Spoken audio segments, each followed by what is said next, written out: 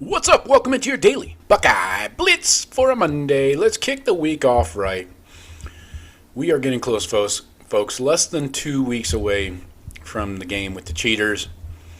But we got two more of these garbage games to suffer through. Today we're recapping one of them, the UCLA game from Saturday night. And then we got the Rutgers game coming up. Don't forget to join us tonight, 8 o'clock Eastern. Me, Jeff, and Sean going live on YouTube. Also on the X platform known as Twitter somewhere. We'll be live, 8 o'clock Eastern. Join us. Jump in the chat.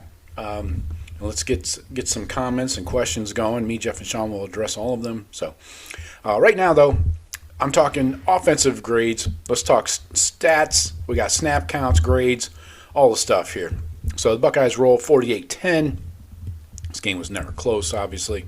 The Buckeyes leaned on the running game again, which is good. We needed to work on that, and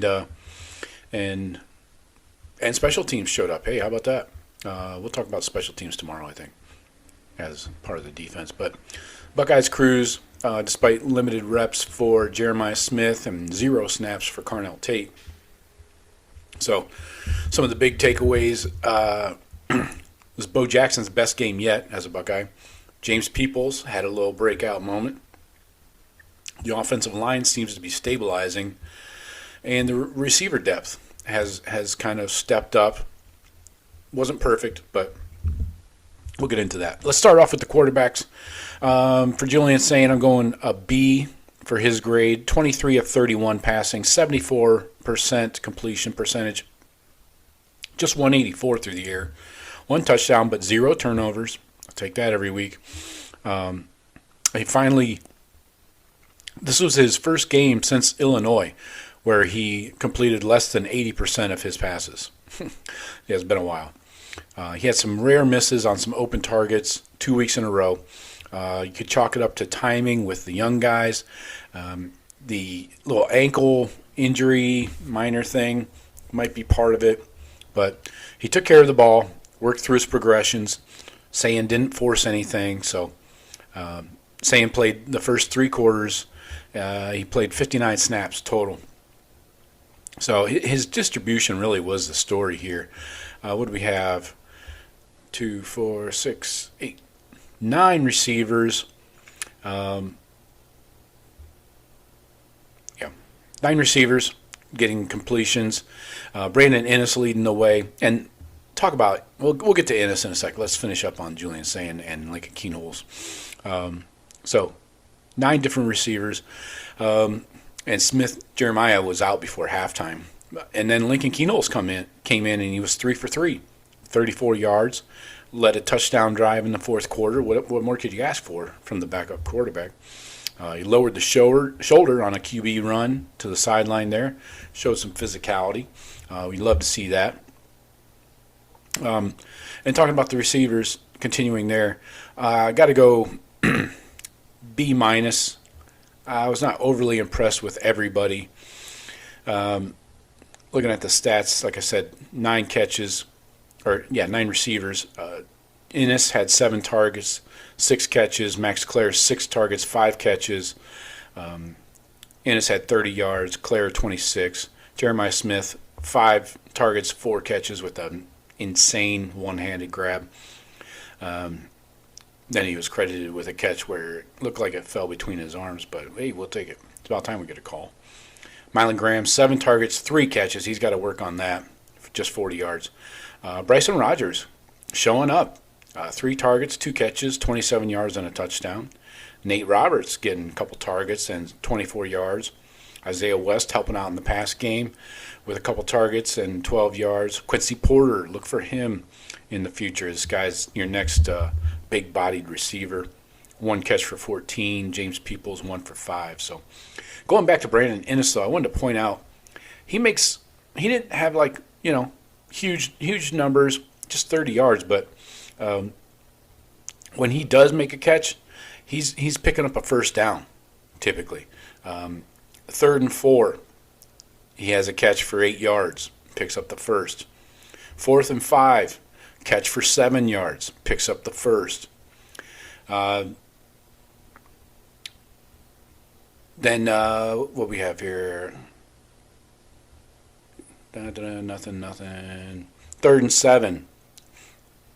Catch for no, yeah. 3rd and 8. Catch for 9 yards. So the dude is clutch. He's your warm blanket, your go-to guy in that receiver room. Jeremiah just played 22 snaps. Got him out early just as a precaution. Carnell Tate out again. Let's hold him out against Rutgers if you have to. I don't care. But everybody got in. It's good to see everybody playing and tight ends chipping in. So looking at the running backs, again, we've confirmed that Bo Jackson is your RB1. On the receivers, I wanted to go, I said B- there. Running backs, I'm going with an A. 15 carries for Bo Jackson, 112 yards. That's 7.5 yards per carry. Love that. Had the touchdown also in short yardage. So because C.J. Donaldson was out, Bo got that goal line carry and converted. He did have a long of 32 yards.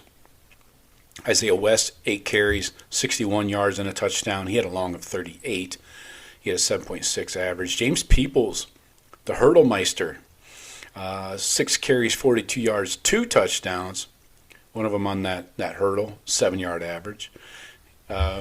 Ennis had 1 for 5. Keenholz 1 for 3. And that's about it on the rushing. So everybody chipping in. What do we have total as a team running the ball? We had 222 yards, 222. So Bo Jackson has the best vision and contact balance we've seen so far from a Buckeye, running back anyway. I wanted to check forced missed tackles. Yeah, James Peoples, 4 forced missed tackles.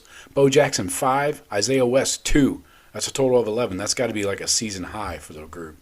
We had trouble with the forced missed tackles on defenders. So, and Bo Jackson, that was a career high 35 snaps in that game. So that's what you'd love to see. I wanted to check pass blocking. We know that's been a stickler for Isaiah West and Bo Jackson. Bo Jackson, 8 pass blocking snaps and did not allow a pressure. We'll take that. And Isaiah West, just 2 pass blocking snaps, did not allow a pressure, so that's a win-win for me. Isaiah West almost broke that 81-yarder. That would have been sweet. So it's a good compliment. Isaiah West, a little bit different body type, a little bit different runner. He gets north and south quickly, a little bit different than Bo Jackson. And James Peoples, the breakout performance, gotta love it. J. Peeps, making Peeps miss. So he's getting more and more trust from Coach Locke and the staff. So he's kind of emerging as a situational weapon here in November. So all in all, I go with an A+ for the running back room. No C.J. Donaldson needed in this game. We talked about UCLA's defense last week. They're terrible, awful, disgusting. So you should dominate that. And, this group is trending up. And that's exactly what we need here as we wind down November. Offensive line. So the positives for the offensive line, I'm going B+ to give you the grade first. Run game, 222 rushing yards, I just mentioned. That's best in Big Ten play this week. Better movement off the ball. No major breakdowns in protection. Ian Moore, he's settling in at right tackle, but Phillip Daniels did return.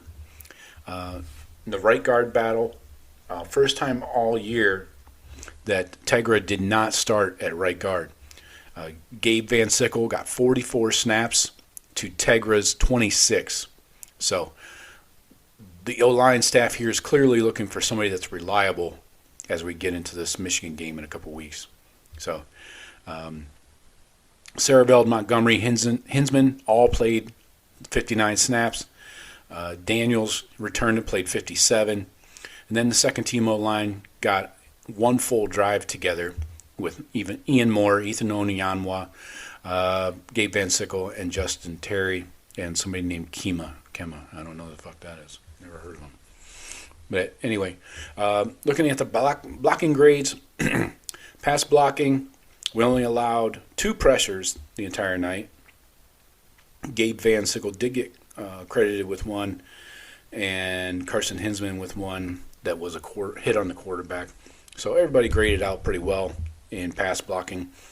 Run blocking, Cerebelled an 80.5. And somebody's going to have to explain that holding call on Cerebelled, honestly. Why? Because he sat on the dude's head? That's such bullshit. Anyway, we all know it. Luke Montgomery is 68. Hinsman is 67. Philip Daniels a 91. He was the highest rated PFF right tackle this week. So good job by Philip Daniels. He did allow 1 sack though.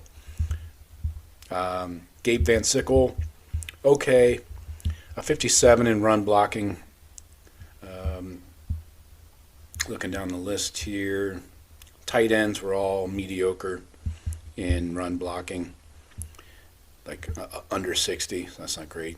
Ian Moore, he was a 77 in pass blocking, a 57 in run blocking. So things to work on there with the O-line, some consistency, but all in all, when you have balance like we did, 218 passing, 222 on the ground, you can't really complain about that. 6 of 11 on third downs. We got to clean that up. It's got to be a little higher than 50%. And total plays 67, another kind of a high number anyway. 6.6 yards per play. Looking at the drive chart, the Buckeyes go touchdown, field goal, touchdown, touchdown, field goal, and that was the half. Then punt, downs, touchdown, touchdown. So, and credit the second team offense for that second touchdown. So, O-line, I'll go B. Still some things to work on. But, yeah, total yards, you got to be happy with over 450. The yards per play. Third downs need to be better. But, yeah, I'm happy with everything. Just really, wide receivers need to work on stronger hands, especially Mylan Graham. That deep shot where he went up against one guy, he's got to come down with that. That hit him right in the hands. So this was a handle your business kind of game. The Buckeyes did exactly that. So the running back room is emerging as a real strength. The receiver depth is getting better. Still needs work. Julian Sayin, the under 80% completions is not a problem. He's still highly efficient even without Tate and Smith. And then the offensive line rotation at right guard is the biggest storyline again. So I think you're going to see something solidified here against Rutgers. You want to have everything polished as you come out of this Rutgers game next week. So let me know what you guys think. Hit me with your grades. And tomorrow we'll talk defense. That's all I got for you today. Talk to you tomorrow. Go Bucks.